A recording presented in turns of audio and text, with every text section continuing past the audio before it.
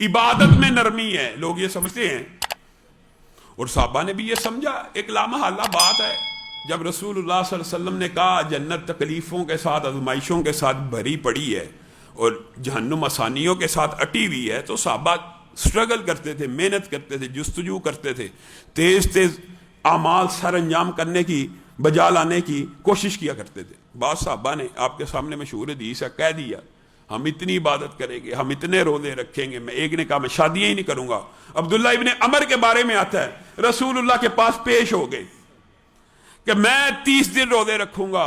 رسول اللہ نے کہا تو 3 دن رکھا کر، عبادت میں بھی نرمی کیا ہے۔ 30 دن، ایک صحابی کہہ رہے میں 30 دن روزے رکھوں گا۔ رسول اللہ نے اس کو جواب میں یہ نہیں کہا 10 رکھ لے، 20 رکھ لے، 25 رکھ لے، کیا کہا کتنے رکھا کر؟ 3 روزے رکھا کر، تیرے 30 کے 30 دن کے لکھے جائیں گے۔ اور یہ امت مسلمہ کے اوپر کتنی بڑی نعمت اور آسانی ہے، ایک ماہ میں 3 روزے رکھنے والا 30 روزوں کا ثواب پاتا ہے، ہر نیکی 10 سے ضرب۔ انہوں نے کہا نہیں میں تو زیادہ رکھوں گا۔ کہتے کہتے رسول اللہ صلی اللہ علیہ وسلم نے 3 سے پھر کہا پیر جمعرات کا، پھر مختلف روایات کے الفاظ ہیں۔ آخر یہاں پہ بات ختم ہوئی کہ 1 دن رکھوں گا، 1 دن چھوڑ دوں گا۔ اب جب ان کی عمر بڑی ہو گئی نا، بڑی ہوگی، بزرگ ہو گئے، تو آنکھوں میں آنسو ہیں، اور کہا کرتے تھے کاش میں نے رسول اللہ صلی اللہ علیہ وسلم کی وہ 3 دن کی رخصت کو قبول کر لیا ہوتا۔ میں نے تو رسول اللہ سے 1 دن کا ناگے کا روزے کا وعدہ کر لیا ہے، اب جب تک قبر میں نہیں اتروں گا یہی سلسلہ جاری رکھوں گا، لیکن کاش میں رسول اللہ کی اس 3 دن کی رخصت کو قبول کر لیتا۔ ایک بندہ سفر کے اندر تھا، اس کے اوپر لوگ چھتری کیے ہوئے ہیں، چھتری کیے ہوئے ہیں، سائے میں رکھے ہوئے ہیں۔ رسول اللہ نے کہا اس کا کیا ماجرا ہے؟ کہا اس نے روزہ رکھ لیا۔ رسول اللہ صلی اللہ علیہ وسلم کی پیشانی کے اوپر سلوٹیں پڑ گئی۔ عبادت میں بھی نرمی ہے۔ کہا اللہ نے اور اس کے رسول نے جب سفر میں روزہ چھوڑنے کا حکم دے دیا، اس بندے نے سفر میں روزہ کیوں رکھا؟ اور اس بندے کو نہیں، آپ کو اور مجھے سمجھانا مقصود تھا یہی گناہ ہے، یہی گناہ ہے۔ رسول اللہ بار بار کہہ رہے ہیں یہی گناہ ہے۔ مراد کیا ہے؟ گناہ یہ ہے کہ اللہ تعالیٰ کسی بارے میں تمہارے سے نرمی کرے اور تم خود اپنے اوپر سختی مسلط کر لو۔ اے عائشہ، اللہ تعالیٰ ثواب دیتے دیتے نہیں تھکتا، لیکن بندہ بالآخر عمل کرتے کرتے تھک جاتا ہے۔ اس لیے بہترین عمل وہ ہے جو میانہ روی سے ہو اور جس کے اوپر دوام ہو، جو نرم ہو۔ کیا مطلب؟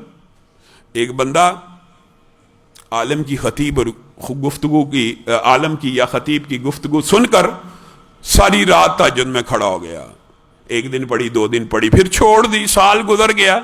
اس سے بہتر تھا کہ یہ ساری کی ساری رکعتیں تہجد کی نہ پڑھتا، لیکن اپنی زندگی میں صرف 2 رکعت کا معمول بنا لیتا اور مرتے دم تک اس کو قائم رکھتا۔ میرے بھائیو، عبادت کے اندر جو میانہ روی اور نرمی ہے وہ یہ ہے کہ انسان عہد کر رہا ہے میں زندگی میں 3 دفعہ قل ہو اللہ پڑھوں گا، ہر روز پڑھوں گا، پھر کوئی دن ناگا نہ ہو میں یہ تسبیح پڑھوں گا، پھر کسی دن ناگا نہ ہو میں یہ عمل کروں گا، پھر کسی دن ناگا نہ ہو۔ ہوتا کیا ہے؟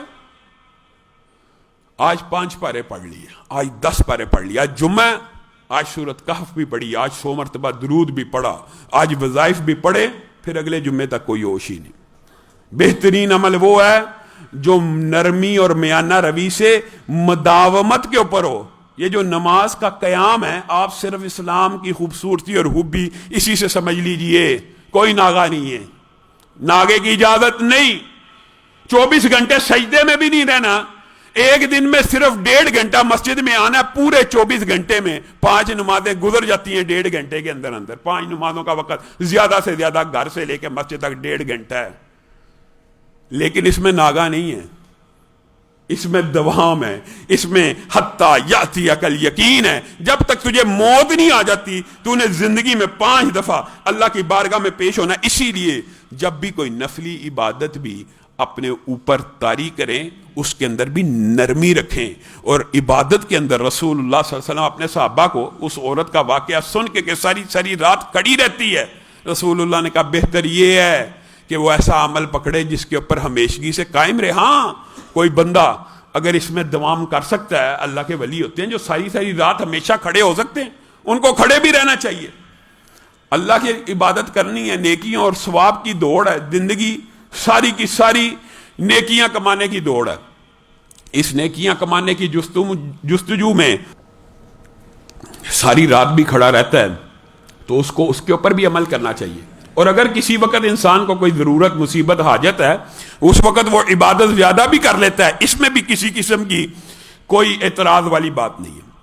یہ تو عبادات میں نرمی ہے میرے بھائیو. رسول اللہ صلی اللہ علیہ وسلم صرف عبادت میں نرم نہیں تھے، بعض اوقات غلطیوں پہ بھی نرم تھے. حضرت انس بیان کرتے ہیں، میں 10 برس رسول اللہ کے ساتھ رہا، کبھی وضو کا پیالہ ٹوٹ گیا، کبھی پانی پکڑانے والا لوٹا ٹوٹ گیا، کبھی غلطی. ایک بندہ 10 سال کسی کی خدمت کر رہا ہو، کیسے ہو سکتا ہے غلطی نہ ہو؟